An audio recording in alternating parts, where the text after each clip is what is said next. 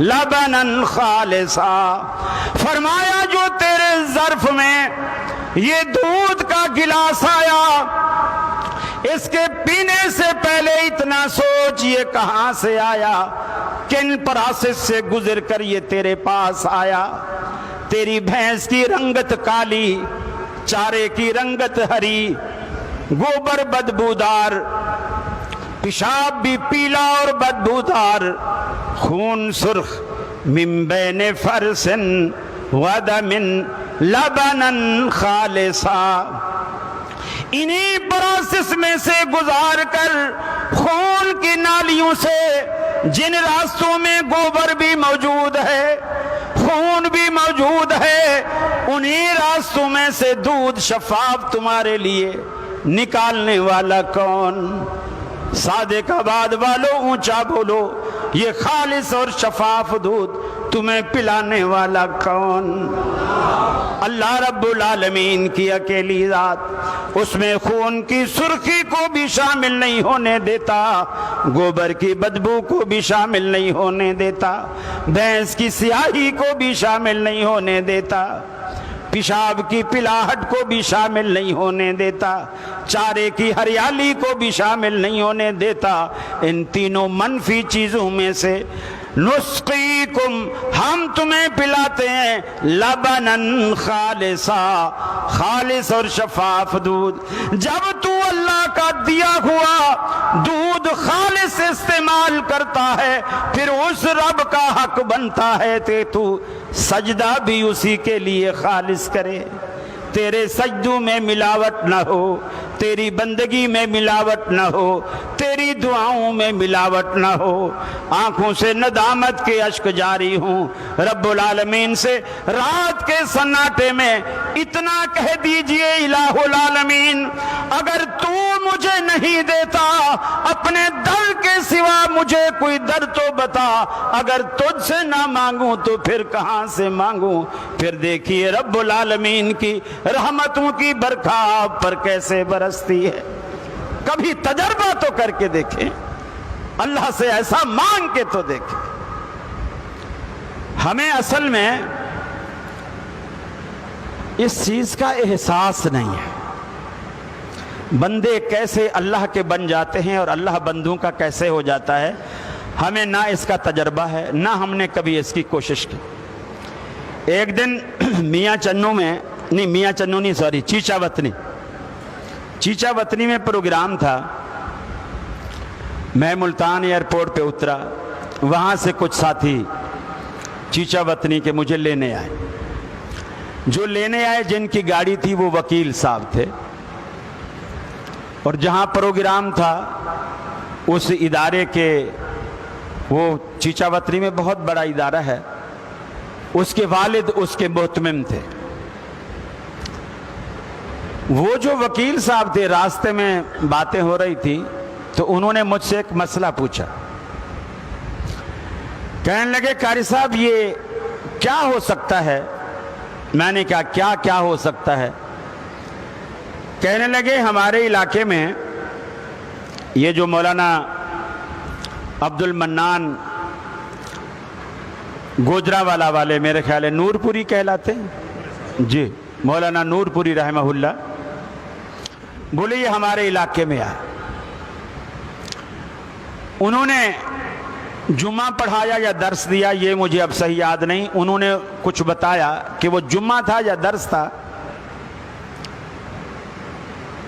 نیک آدمی تھے۔ اب یہ جس طرح ہماری ویڈیو وغیرہ یہ بن رہی ہیں، وہ ان چیزوں کو پسند نہیں کرتے تھے، تو انہوں نے ممبر پر بیٹھ کر کہا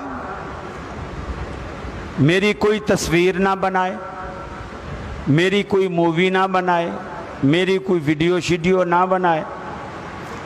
پھر کہا اے اللہ، اگر کوئی چوری چھپے بناتا ہے تو پھر وہ جانے اور تو جان، میرا کام ختم ہے۔ اگر کوئی چوری چھپے بناتا ہے تو پھر وہ جانے اور تیرا کام جانے، میں بری و ذمہ ہوں۔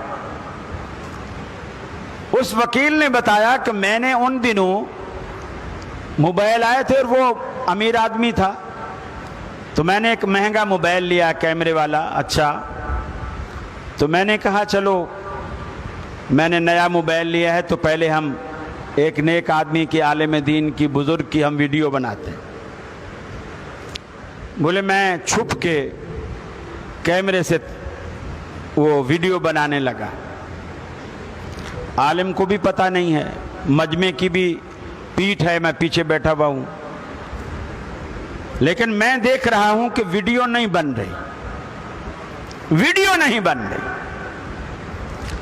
پھر کہتے میں نے نیا موبائل لیا ہے تو یہ خراب ہو گیا ہے، کیا چکر ہے؟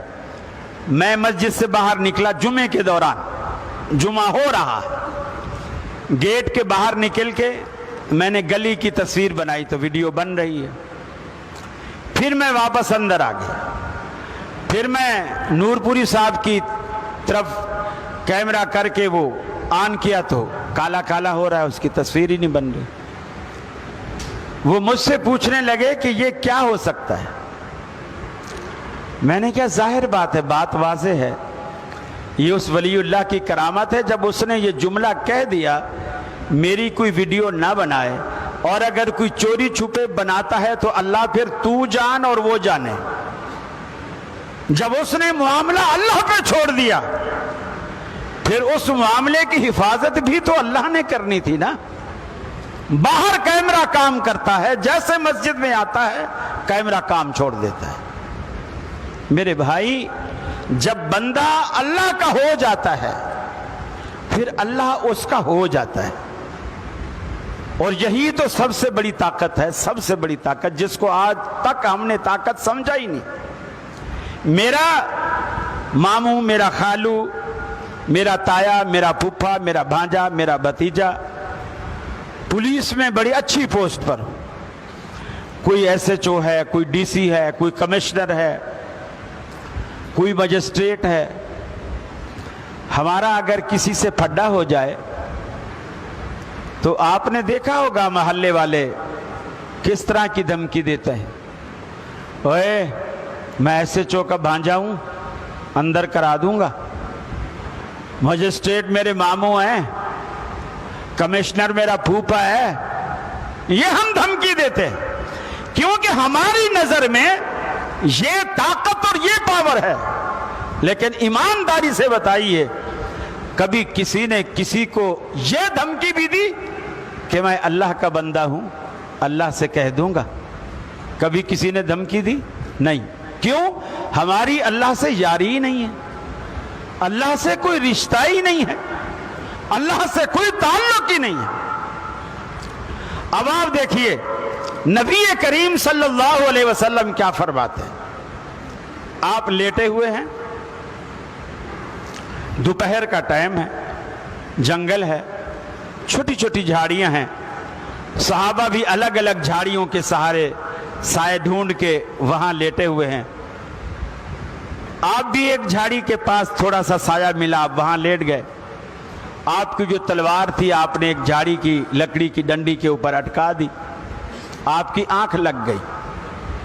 ایک کافر آتا ہے دبے پاؤں، سب سے پہلے ہتھیار اٹھاتا ہے، وہ تلوار نکالتا ہے۔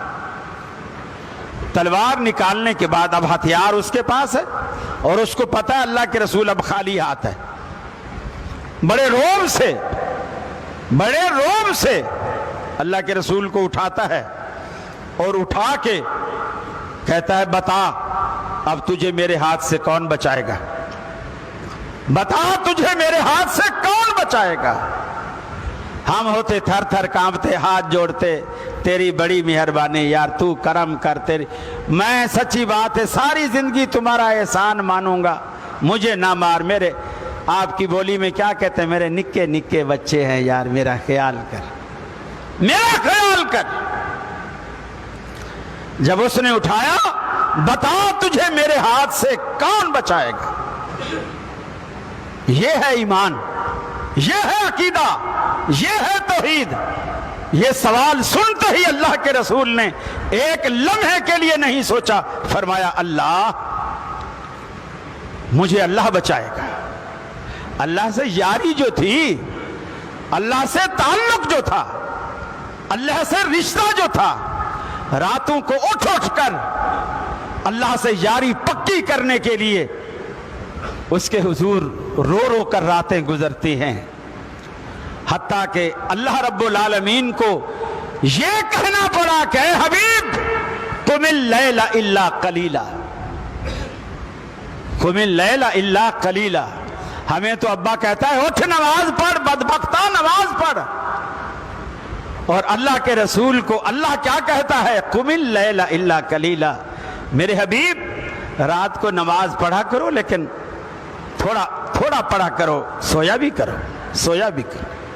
یعنی آپ اتنی زیادہ بندگی کر رہے ہیں، اللہ یہ کہتا ہے کہ بندگی روکو، سوو بھی، آرام بھی کرو۔ ہم اتنا سوتے ہیں کہ ابا کہتا ہے نامرادہ اٹھ کے اللہ کا شکر بھی ادا کر لے۔ بڑا فرق ہے اللہ سے تعلق کا۔ آپ فرماتے ہیں اللہ بچانے والا ہے، یہ کہنا تھا اس بدبخت کے ہاتھ ایسے کانپنے لگے جیسے انگلیاں کھلی، تلوار نیچے گر گئے۔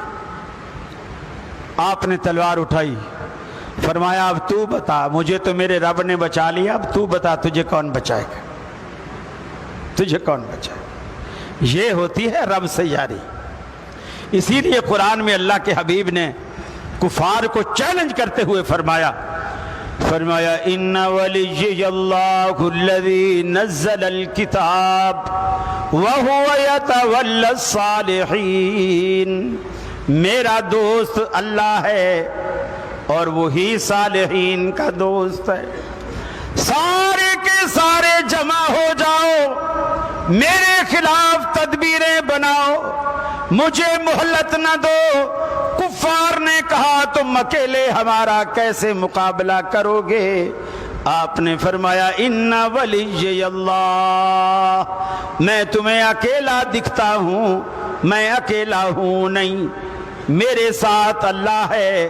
ارے اللہ سے ایسی دوستی قائم کیجئے تاکہ دنیا میں کسی کو آپ اللہ کے نام کی دھمکی دے سکو، اور اللہ بھی آپ کے نام کی، آپ کی دھمکی کی لاج رکھے۔ اللہ کے حبیب نے ایسے نہیں فرمایا۔ اے عمر، مسلم کی روایت، ایک اویس کرنی نام کا شخص آئے گا، اپنی ماں کی اتنی خدمت کرتا ہے، اتنی خدمت کرتا ہے، اس کا رب ماں کی خدمت کی وجہ سے اس سے اتنا خوش ہے کہ اللہ کی قسم وہ زبان سے کچھ بھی نکال دے، عرش والا اسے فوراً پورا کر دیتا ہے۔ اے عمر، اگر تیری اس